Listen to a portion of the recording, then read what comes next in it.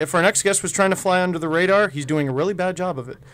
He was named the MVP of the OHL playoffs and Memorial Cup, en route to a Memorial Cup victory for the Windsor Spitfires, and he's predicted to go first overall in next year's 2010 NHL Entry draft from the Windsor Spitfires. We have Taylor Hall joining us. Taylor, do all those things seem to make sense to you? First overall next year?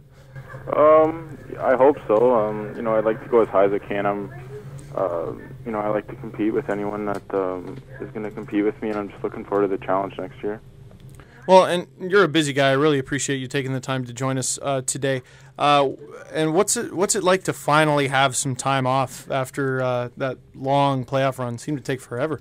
Yeah, for sure. I had a long year. I started the year in August at the Ivanhoe Lincoln tournament and ended with a long playoff run. So I played a lot of hockey, but it was a great time. I met a lot of great people and had a great year. So I can't ask for much more. And I'm just taking some time off right now and preparing myself for hopefully another long playoff run next year. Well, and given what happened last year with the Spokane Chiefs, after winning the Memorial Cup this year, was there a little part of you during the post game when everyone's passing around the cup that said, "Please don't drop it"? Yeah, it was actually a pretty heavy trophy. I didn't realize how heavy it was going to be, but I kind of learned watching him not to hold it with the two handles at the top, so I wouldn't break it. Well, and like many hockey fans, we've all watched the John Tavares media circus unfold over the last 4 years or so. As a result, you've kind of flown under the radar a bit. Do you worry at all that next year the junior hockey spotlight is going to shine brightest on you? Well, I imagine it's the popularity is going to pick up a little bit, but it's something I'm kind of ready for, and to be honest, I'm hoping for. I kind of want to be that guy in the spotlight because I want to be the best player in the draft, so that's my goal. But I'm going to have a great team in front of me next year, and I'm always going to be able to rely on that. If I have a bad game or so, or they're always going to be there to pick me up. So I'm looking forward to that. Well, and looking at all the hype leading to this year's NHL Entry draft, I wonder how closely are you paying attention to it to maybe perhaps prepare yourself for next year, or even just watch some of your friends get drafted? I kind of look at I'm a fan of the draft. Like I'm going to the draft. I'm excited to go there and see guys that I played with and my friends get drafted. So it's an exciting time for me, and sure the thoughts in my head that I'm going to get drafted next year, but it's something I really can't control right now, and I'm just trying to prepare my own game and just get ready for a great year. Now, the Spitfires, were obviously an incredibly talented team, but you can't win on talent alone. There has to be some camaraderie in the locker room, things like that. Looking back, at the last year, what would you say was the funniest thing that happened to the Spits this season? The funniest? The funniest thing.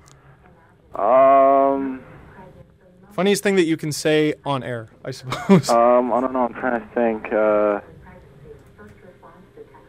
don't know. I can't really pinpoint any one thing. We had some funny guys in our team though, like just certain things. I think the funniest times we had were on the bus, just making fun of guys, chirping our assistant coaches and stuff.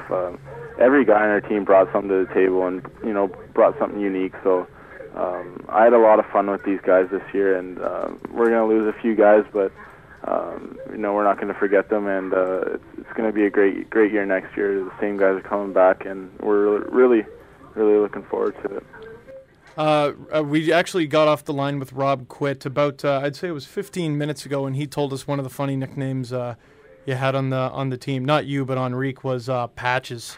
Because of his awesome or not so awesome playoff beard. Who else had a funny nickname on the team? We called Greg Nemitz Nemo, Finding Nemo. I don't know. I don't really know any others.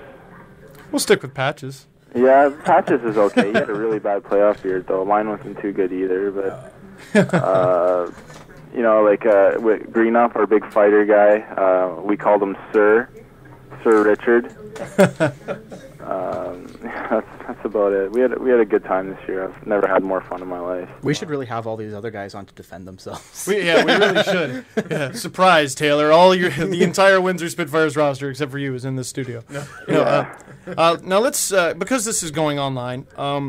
Let's make an internet time capsule here.